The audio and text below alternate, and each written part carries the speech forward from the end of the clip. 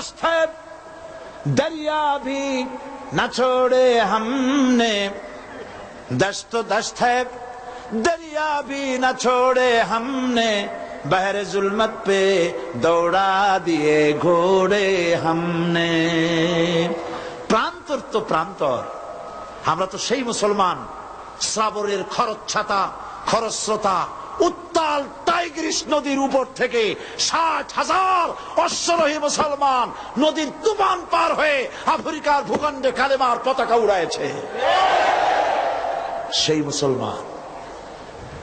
সুতরাং যারা আমাদের সাথে, যারা আমাদেরকে জেলে দিতে চাও, যারা আমাদেরকে মারতে চাও, শহীদ করতে চাও, সিক্রেট মার্ডার করতে চাও, গুপ্ত হত্যা করতে চাও, গৃহযুদ্ধ বাঁধাতে চাও, শুনে রাখো, বাতিল সে দবনে ওয়ালে আসমান नहीं हम, बातिल से दबने वाले आसमान नहीं हम, सौ बार कर चुका है तू इम्तिहान हमारा। 100 বার এই পৃথিবী টেস্ট করেছে, মুসলমান জীবন দিতে পারে, কাফেরের সামনে মাথা নত করতে জানে না।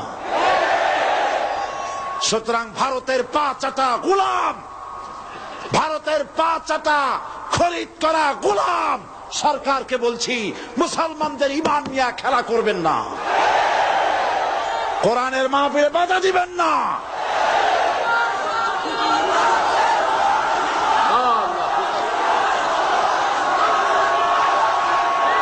আল্লাহ রাব্বুল আলামিন মুসলমানদেরকে বিজয় দিবেন ইনশাআল্লাহ।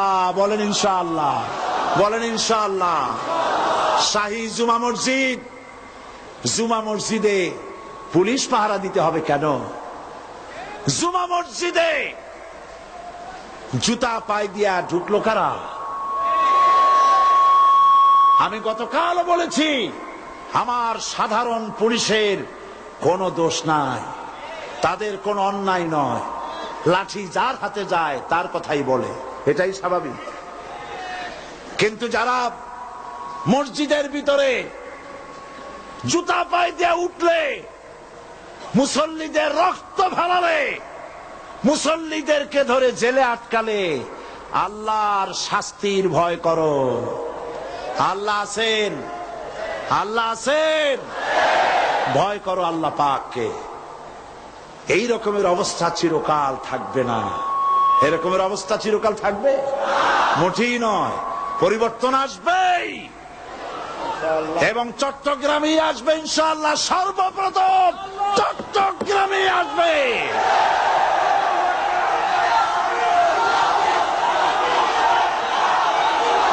আজ আপনারা দেখতে পাচ্ছেন না, আপনারা দেখতে পাচ্ছেন না, স্টেডিয়ামের ভেতরে বীর চট্টলার 1400 বছর আগের খাদিজা আয়েশা দিয়ে এই স্টেডিয়ামের ময়দান 50,000 উপর মেয়ে লোক দিয়ে ভরে গেছে। এই দেশকে কেমনে থামাবা? এই দেশকে ভারতের গোলাম বানাইতে পারবা না। ইরানে যখন ইসলামী বিপ্লব হয়েছিল,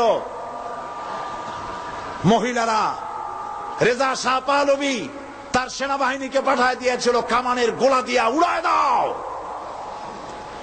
হাজার হাজার মা বোনেরা, পুরুষেরা মিছিল করছে, মায়ের কোলে বাচ্চা, মায়ের পেটে বাচ্চা, মায়ের ঘাড়ে বাচ্চা, কামানের গোলায় শত শত শহীদ হয়ে যাচ্ছে। পিছন থেকে কেউ পালায় না, সমুদ্রের ঢেউয়ের মতো একটা ঢেউ এসে আশ্রয় পড়ছে, ঢেউগুলো পিছনে অ্যাবাউট টার্ন করে ফিরে যায় না, সব ঢেউ একটার পর একটা আশ্রয় পড়ে উপকূল ধ্বংস করে দেয়। 200-300 শহীদ হয়ে গেল। পেছন থেকে নারীরা পালাচ্ছে না, মেয়ে লোকগুলি লাশের উপর দিয়ে চলে আসতেছে, তাদের আঁচলে ছিল ফুল, অস্ত্র নাই, নিরস্ত্র ইরানি মুসলমান মা বোনেরা আঁচলে করে ফুল নিয়ে আসছে। ফুলগুলি কামানের উপরে মেরে বলছে, শাহের আমেরিকার গোলাম, শাহের সৈন্যরা, আমরা তোমার মা, আমরা তোমাদের বোন, আমরা তোমাদেরকে ফুল মারতেছি, তোমরা কামানের গোলা দিয়ে আমাদেরকে জান্নাতে পৌঁছায় দাও। ইরানের রাজপথ ছেড়ে দেব না যতক্ষণ সাত না পালাচ্ছে, কালেমার পতাকা উড্ডীন না হচ্ছে।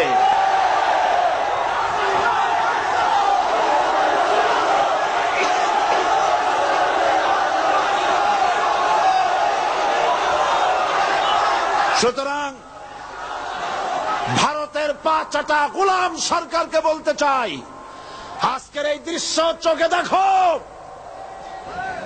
তাকায় দেখো। যদি প্রয়োজন হয় চট্টগ্রামের মা বোনেরা ঘর ছেড়ে রাস্তায় বেরিয়ে আসবে। ঢাকা, সিলেট, খুলনা সমস্ত শহর বাংলাদেশ অচল হয়ে যাবে। মুসলমানদের ঈমান পরীক্ষার আগুন পরীক্ষার ক্ষেত্রে এগিয়ে এসো না। মুসলমানদের ঈমানের পরীক্ষা নিতে চেও না। আল্লাহর দ্বীন বাংলাদেশের জমিনে প্রতিষ্ঠা হবেই হবে ইনশাআল্লাহ। সেই সুযোগ আল্লাহ যেন দান করেন, বলেন আমিন।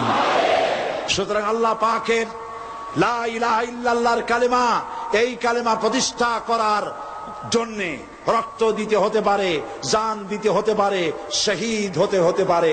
প্রয়োজন হলে সকলকেই ওই পথে যেতে হবে। তারপরেও বাংলাদেশে কোরআনের রাজ কায়েম করতে হবে। সরকারকে বলছি, আলেমদের গায়ে আর হাত দিবেন না। মুফতি ইজহার সাহেবের সঙ্গে বেয়াদবি করেছেন। তিনি আলেমদের ওস্তাদ, হাজারো আলেমদের ওস্তাদ। তিনি কওমি মাদ্রাসার আলেম। আমি জীবনেও কওমি মাদ্রাসায় পড়িনি, আলিয়ায় পড়েছি। মনে করবেন না আমাদের মধ্যে দুশ্মনী আছে, কারো গায়ে হাত দিলে আর একজন কথা বলবে না। আর একজন বাংলাদেশের আর একজন আলেমের গায়ে যদি সরকার হাত দেয়, বাংলাদেশ দাবানলের মতো দাউ দাউ করে আগুন জ্বলবে।